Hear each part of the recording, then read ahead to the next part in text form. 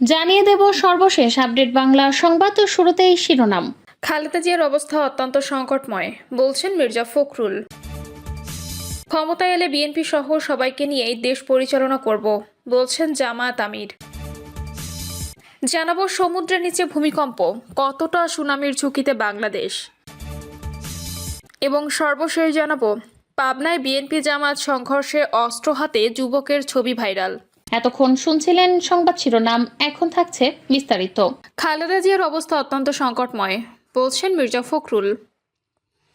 BNP chairperson ও সাবেক প্রধানমন্ত্রী বেগম খালেদা জিয়ার শারীরিক অবস্থা অত্যন্ত সংকটময় বলে জানিয়েছেন বিএনপি মহাসচিব মির্জা ফখরুল ইসলাম আলমগীর। বিএনপি মহাসচিব বলেন, গণতান্ত্রিক আন্দোলনে বড় অবদান রেখেছেন বেগম খালেদা জিয়া। তিনি সারা জীবন গণতন্ত্রের জন্য সংগ্রাম করেছেন। তিনি কারাভোগ করেছেন, নির্যাতিত হয়েছেন। আমরা জানি গত দুদিন ধরে তিনি আবার অসুস্থ অবস্থায় হাসপাতালে ভর্তি হয়েছেন এবং গতকাল রাতেই ডাক্তাররা বলেছেন যে তার শারীরিক অবস্থা অত্যন্ত সংকটময়। মহাসচিব আরও বলেন, আমাদের দলের পক্ষ থেকে গণতন্ত্রের নেত্রী, গণতন্ত্রের মাতা দেশনেত্রী বেগম খালেদা জিয়ার রোগ মুক্তির জন্য সারা দেশের জনগণের কাছে দোয়া চেয়েছিলাম এবং সারা দেশের মসজিদে মসজিদে দোয়া হচ্ছে। আজকে আমরা এখানে এই নয়াপল্টনের মসজিদে নামাজ আদায় করে সবাই খালেদা জিয়ার রোগ মুক্তির জন্য আল্লাহর কাছে দোয়া চেয়েছি। আল্লাহ যেন তাকে সম্পূর্ণ সুস্থ করে দেন। ক্ষমতায় এলে বিএনপি সহ সবাইকে নিয়েই দেশ পরিচালনা করব বলছেন জামায়াত আমির। বাংলাদেশ জামায়াত ইসলামী আগামী নির্বাচনে নির্বাচিত হলে বিএনপি সহ ফ্যাসিবাদ বিরোধী সকল রাজনৈতিক দলকে নিয়ে সরকার গঠন করবে বলে অঙ্গীকার ব্যক্ত করেছেন দলটির আমির ডক্টর শফিকুর রহমান। তিনি বলেন, ইনশাল্লাহ আমরা বিভক্ত জাতি আর দেখতে চাই না। জাতিকে যারা বিভক্ত করে তারা জাতির দুশ্মন।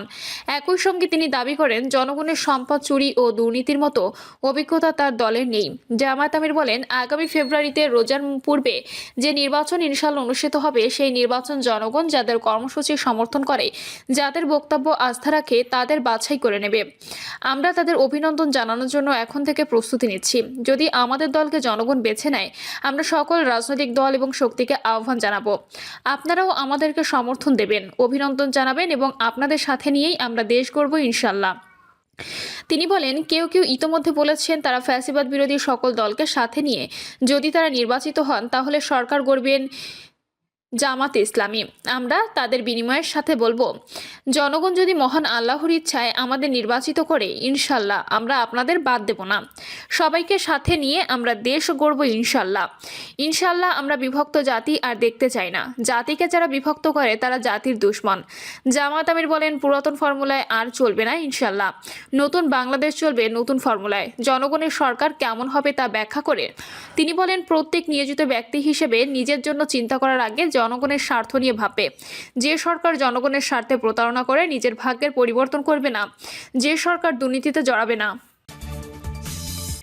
সমুদ্রের নিচে ভূমিকম্প, কতটা সুনামির ঝুঁকিতে বাংলাদেশ।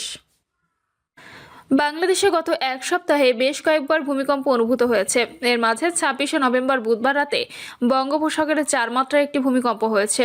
পরদিন 27শে নভেম্বর 6.6 মাত্রার ভূমিকম্প হয়েছে ইন্দোনেশিয়ায়। এর কারণে বড় কোনো সুনামির খবর পাওয়া যায়নি। তবে ইন্দোনেশিয়া অথবা আন্দামান নিকোবর দ্বীপের দিকে বড় ভূমিকম্প হলে বাংলাদেশে সুনামির ঝুঁকি রয়েছে বলে জানাচ্ছেন বিশেষজ্ঞরা। যেমন 2004 সালে ইন্দোনেশিয়ায় 9.1 মাত্রার ভূমিকম্পে যেখানে 2 লাখের বেশি মানুষের মৃত্যু হয়েছিল, সেই সুনামি আফ্রিকান দেশগুলো পর্যন্ত চলে যায়। সেই সুনামির ধাক্কা বাংলাদেশেও লেগেছিল এবং তাতে 2 জন মানুষের মৃত্যুর খবর জানা যায়। ভূমিকম্প পর্যবেক্ষণ ও গবেষণা কেন্দ্রের সহকারী আবহাওয়াবিদ ফারজানা সুলতানা বলেছেন, সাগরে যদি ভূমিকম্প ও 6.5 মাত্রার উপরে যায়, তারপর সে সুনামি হবে কিনা সুনামি সার্ভিস প্রোভাইডাররা সেটা পর্যবেক্ষণ করেন। এই বিশেষজ্ঞ বলেন, কোনো জায়গায় যখন হিট করতে পারে, পানির উচ্চতা কতটা হতে পারে সেটা তারা অ্যালার্ট করে। এটা আমরা সবসময় টেস্ট বেসিসে করে আসছি। তিনি বলেন, বাংলাদেশের বঙ্গোপসাগরে প্রায়শই ছোট ছোট ভূমিকম্প হয়, তবে 4 মাত্রা বা এর চেয়ে দুর্বল সেসব ভূমিকম্প থেকে বড় পর্যায়ের ক্ষতির সংখ্যা থাকে না। আবার অনেক বিশেষজ্ঞদের মতে বাংলাদেশের অভ্যন্তরের ভূমিতে বড় ভূমিকম্প হলেও উপকূলে সুনামির সংখ্যা থাকে। আমাদের পৃথিবীর উপরের অংশ বা ভূপৃষ্ঠ বিভিন্ন প্লেটে ভাগ করা। এই প্লেটগুলো সবসময় নড়াচড়া করে। কোথাও প্লেট একে অপরকে ঠেলে দেয়, কোথাও পাশ কাটিয়ে যায়, আবার কোথাও নিচে ঢুকে যায়। এমন ক্ষেত্রে ক্ষেত্রে যেমন ভূমিকম্প হয়, তেমন আগ্নেয়গিরির অগ্নুৎপাত থেকেও ভূপৃষ্ঠে কম্পন সৃষ্টি হতে পারে। এটি মাটির ওপরে বা পানির নিচে যে কোনো জায়গায় হতে পারে। 23 কোটি থেকে 28 কোটি বছর আগেও পৃথিবীর সব মহাদেশ মিলে এরকম একক ভূখণ্ড ছিল বলে তত্ত্ব রয়েছে। এটিকে বলা হয় পাঞ্জিয়া। টেকটোটনিক প্লেটের ক্রমাগত অবস্থান পরিবর্তন থেকে বিচ্ছিন্ন হয়ে অনেকগুলো ভূখণ্ড হয়েছিল বলে জানা যায়। এর সপক্ষে অনেক ধরনের প্রমাণও রয়েছে। এর মাঝে একটি পানির নিচে থাকা দীর্ঘতম পর্বতমালা মিড আটলান্টিক রিজ যেভাবে পৃথিবীকে ভাগ করেছে, এর মাত্র 10% মাটির উপরে, যা আইসল্যান্ডে পরিষ্কার দেখা যায়। তাহলে সুনামি কিভাবে তৈরি হয়? সুনামি অনেকটা বিশাল আকারে জলোচ্ছ্বাসের মতো। সাধারণ ভূমিকম্প হলে সুনামি হয় না। সুনামির জন্য ভূমিকম্প খুব শক্তিশালী হতে হয়।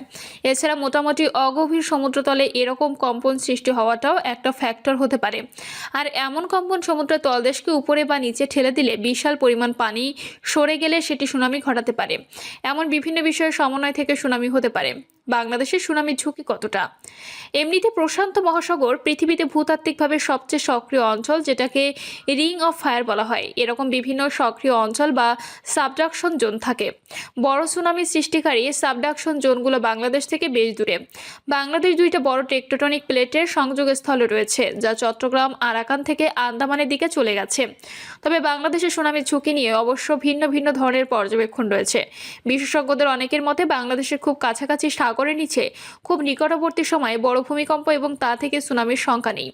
আবহাওয়াবিদ ফারজানা সুলতানা বলেন, নরমালি ভূমিকম্প থেকে ওই রকম সুনামির ঝুঁকি নেই, কিন্তু আন্দামান নিকোবরে হলেও ওটা আমাদের জন্য একটা সোর্স অঞ্চল।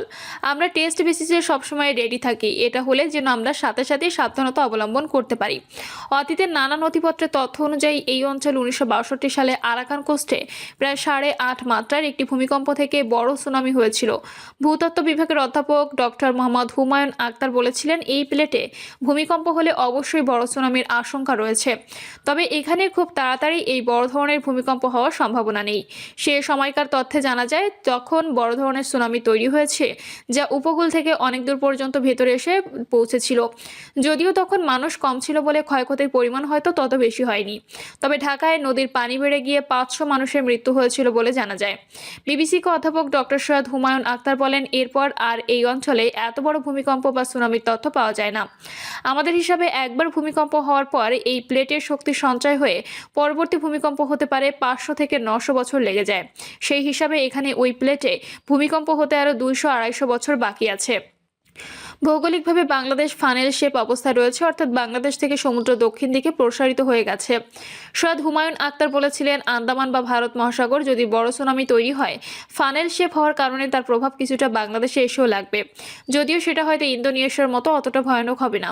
বিশেষজ্ঞরা জানিয়েছেন, ভূমিকম্প সম্পর্কে খুব আগে ভাগে সতর্ক করা সম্ভব না হলেও যেহেতু ভূমিকম্পের পরে পানিতে সুনামির সৃষ্টি হয়, ফলে সুনামি সম্পর্কে আগে ভাগে সতর্ক করা যায়। তবে বাংলাদেশের জন্য সমুদ্র ভূমিকম্পের চেয়ে ভূখণ্ডের অভ্যন্তরে ভূমিকম্পের যে ঝুঁকি রয়েছে সেটিও এখন বেশি সংকট জায়গা।